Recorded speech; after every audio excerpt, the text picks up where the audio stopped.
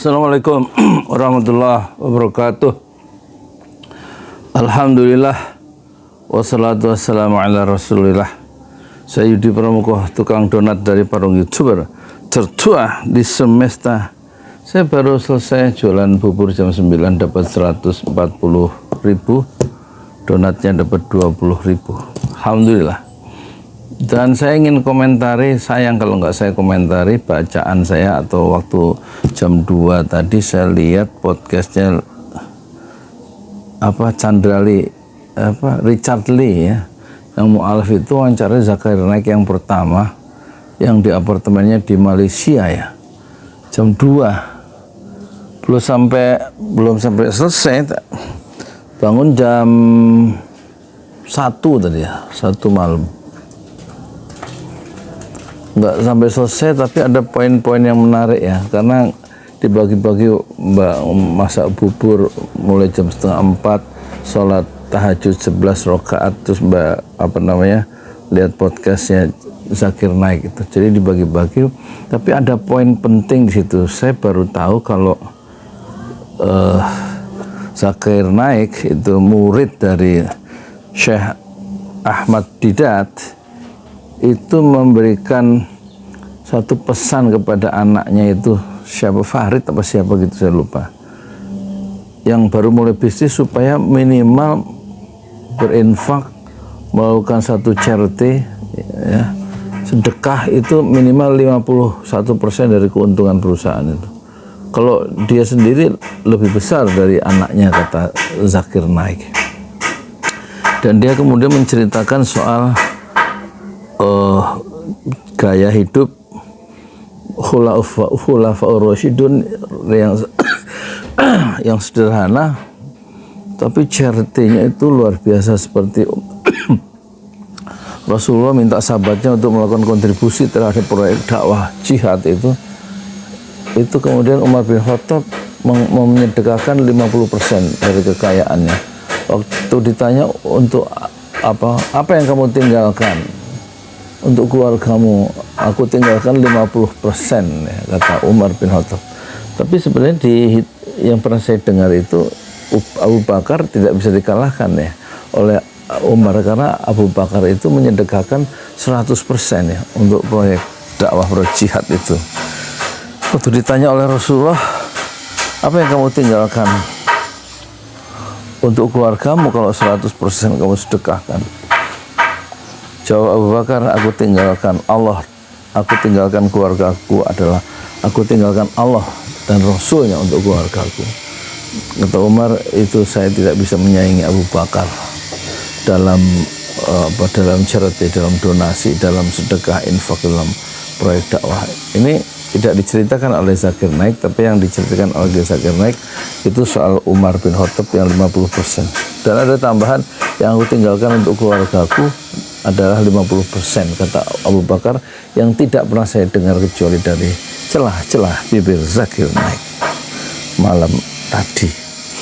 Itu yang pertama ya, soal rahasia dibalik gaya hidup Zakir Naik yang punya daya infak itu lebih besar daripada 51% yang diusulkan ke anaknya. Sementara kalau Hakim dulu pernah saya dengar dia 20% ya, 20%. Dan saya tidak mendengar lagi ada ungkapan secara nyata dari dai-dai kita tentang sedekah mereka. Kalau Yusuf Mansur, dia sedekah jor-joran, tapi nanti dibalas 10 kali lipat dalam bentuk cash di dunia katanya. Dan itu justru terbalik ya. Kita tidak mendengar Yusuf Mansur itu justru sedekah uang yang dia sedekahkan itu, tapi dia meminta sedekah dari orang lain untuk dirinya. Itu yang sementara kalau Zakir Naik itu dia tidak mengambil sepeser pun dari dakwah, itu semua dibiayai oleh dirinya sendiri karena dia punya 9 atau 10 bisnis ya. Dan dia tidak mengambil upah dari dakwah sebagaimana yang dicontohkan oleh Rasul. Yang dia harapkan bukan uang dari dakwah itu, tetapi adalah high level, bahasa Inggris itu high level reward yang lebih tinggi, yaitu pahala. Ya, jadi tidak berbasiskan amplop, dakwah itu tidak berbasiskan uang, tapi dakwah itu free, gratis. Itu poin pertama dari Zakir Naik ya. Kalau saya tidak salah tangkap, kalau ingin lebih puas secara intelektual, dengarkan sendiri wawancara Richard Lee yang mu'alaf itu, dokter itu, dengan dokter Zakir Naik yang sangat menarik ya, di channelnya Richard Lee ya, yang sudah ditonton 4,3 juta viewers 3 minggu yang lalu. Saya sudah dengar pertama, tapi waktu itu saya nggak terlalu tertarik. Tapi tiba-tiba tadi malam itu ada di beranda, waktu saya mau ngaji Quran. Saya sudah ngaji Quran juz 1 sebenarnya, harusnya juz 2 ya. Hari ini tanggal 2 Juni. Itu yang pertama ya, soal charity ya. Bahwa dia akan keliling dakwah, yaitu kota Surakarta, kota Malang, Bandung, Jakarta, dan semuanya itu tidak dijual tiketnya, free semua biaya itu.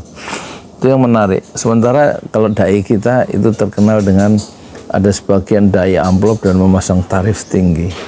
Masih level dakwanya masih level rendah ya, dibanding Zakir Naik yang sudah justru membiayai dakwahnya sendiri dari bisnisnya sendiri. Sementara gaya hidupnya sendiri sangat sederhana. Beda dengan beberapa ustadz kita yang gaya hidupnya malah mewah.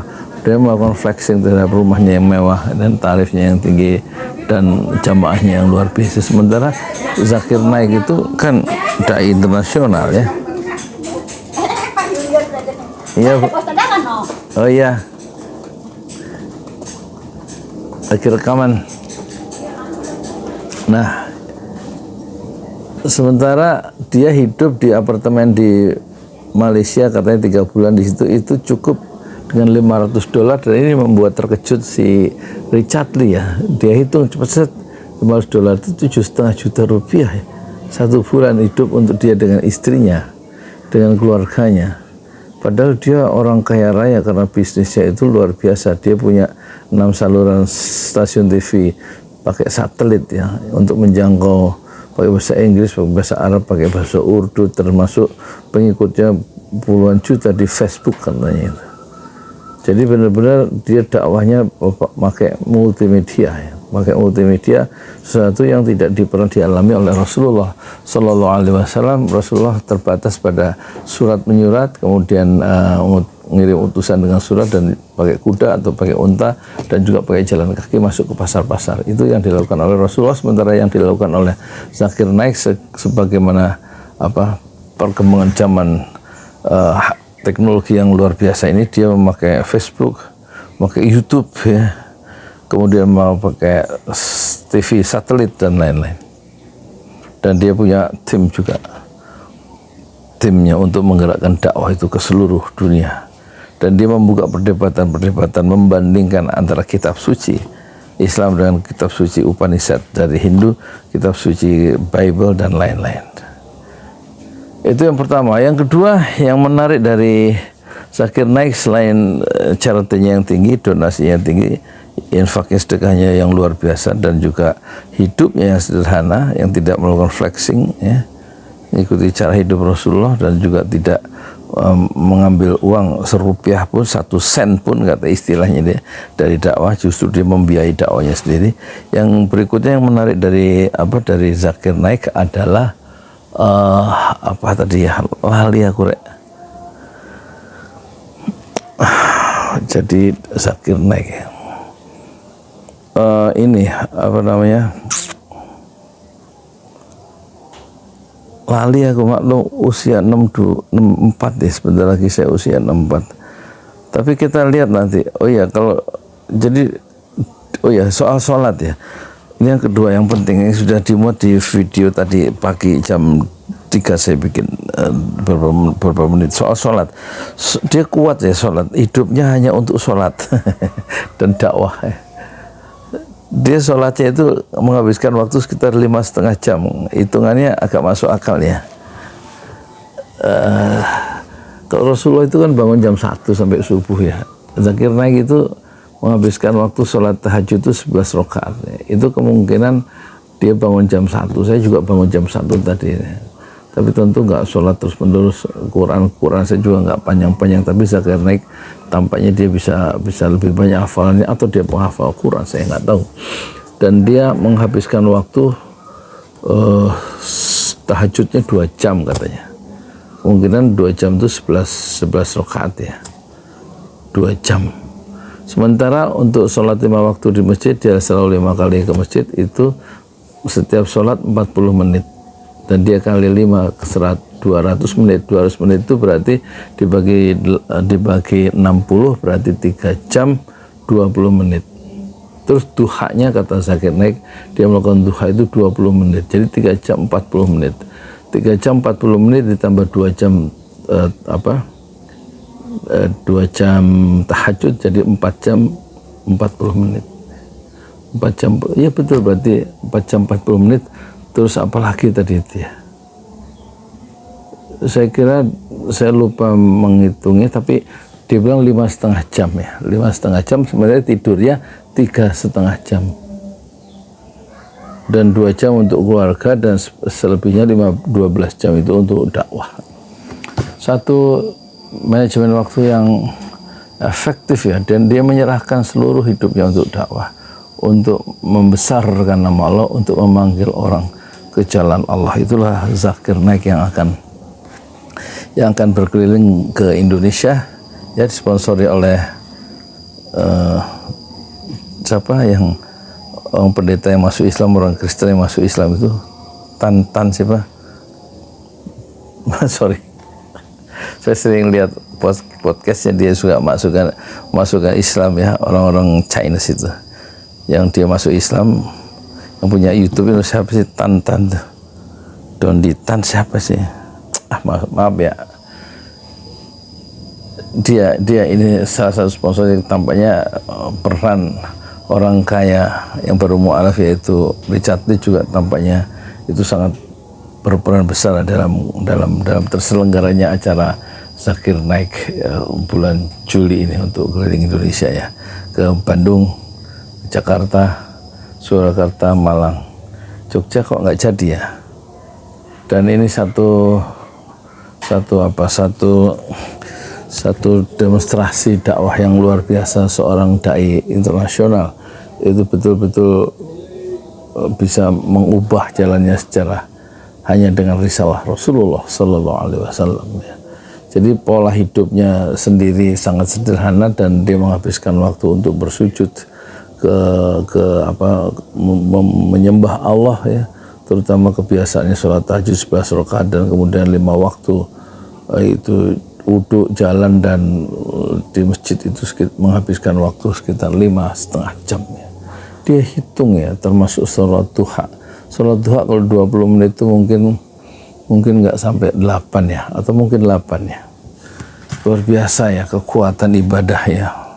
Allahumma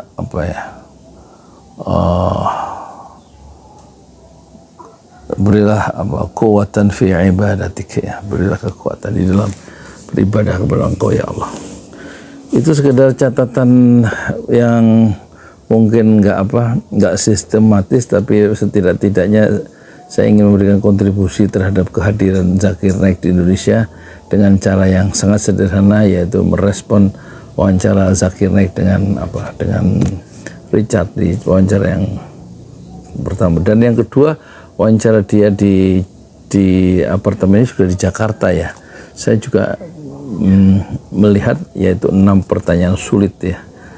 Mengapa misalnya pertanyaan dari Richard Lee, mengapa ya, mengingatkan kita kepada jawaban, saya kira mengingatkan kita pada jawaban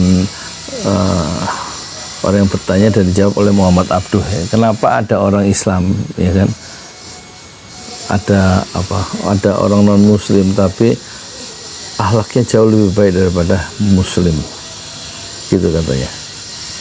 Itu sebenarnya pertanyaan nggak terlalu sulit, karena dijawab oleh, dan itu jawab pertanyaan yang klasik. Jadi jangan sampai al-Islam mahjubun bil muslimin, jawaban Muhammad Abduh dulu. Jadi Jadi keindahan Islam itu ditutup oleh kelakuan orang Islam sendiri. Jadi kalau ingin melihat Islam itu jangan melihat kelakuan orangnya. Islam yang ada yang suka minum, ada yang suka mabuk, tapi lihatlah ajaran Islam. Jadi Islam bandingkanlah dengan Upanishad, Islam bandingkanlah dengan Bible, Al-Quran maksudnya. Tapi jangan menilai Islam, jangan menilai ajaran Islam itu dengan kelakuan orang Islam sendiri. Ini kan jawaban Zakir Naik itu sama dengan jawaban jawaban Muhammad Abduh yang baru pulang di Eropa. Seolah Islam ada di sana karena lebih tertib, lebih bersih dan lain-lain. Jadi Islam sendiri yang mengajarkan kebersihan dan ketertiban dan keindahan itu ditutup oleh perilaku umat Islam yang sebagian jorok dan tidak mencerminkan ajaran Islam. Makanya muncullah ucapan yang terkenal dalam sejarah dunia Islam, ucapan Muhammad Abduh murid dari Jamaluddin Al-Afghani mengatakan al-Islam mahjubun bil muslimin. Keindahan Islam itu mahjubun, ditutup oleh buruknya kelakuan orang-orang Islam itu sendiri. Jadi Muhammad Abduh juga mengatakan kalau ingin melihat Islam itu, ingin mengenal Islam, ingin meneliti Islam itu jangan melihat kelakuan orang Islam tapi lihatlah ajaran Islam itu sendiri. Jadi jangan kelakuan umat Islam jangan jadi ukuran, tapi yang jadi ukuran kata Zakir Naik adalah Al-Quran dan As-Sunnah yang sahih, hadis-hadis yang sahih. Bacarilah Al-Quran dan hadis-hadis yang sahih. Ini acara makan apa ulang tahun ini? Makan ya Pak Ustadz, madang-madang katanya begitu. Ya udah dulu ya, saya mau tidur ngantuk ini, bangun jam 1 sekarang udah jam 10 ya. Nanti jam sekitar habis lohor saya jualan lagi di kantor pusat Ojol Lima di Kampung Jati, di jualan donat mie ayam dan donat mie ayam dan bubur ayam. Saya Yudi Pramuko, tukang donat dari para YouTuber tertua di semesta Fasbir Sobron Jamila. Bersabarlah dengan kesabaran yang indah. Assalamualaikum warahmatullahi wabarakatuh.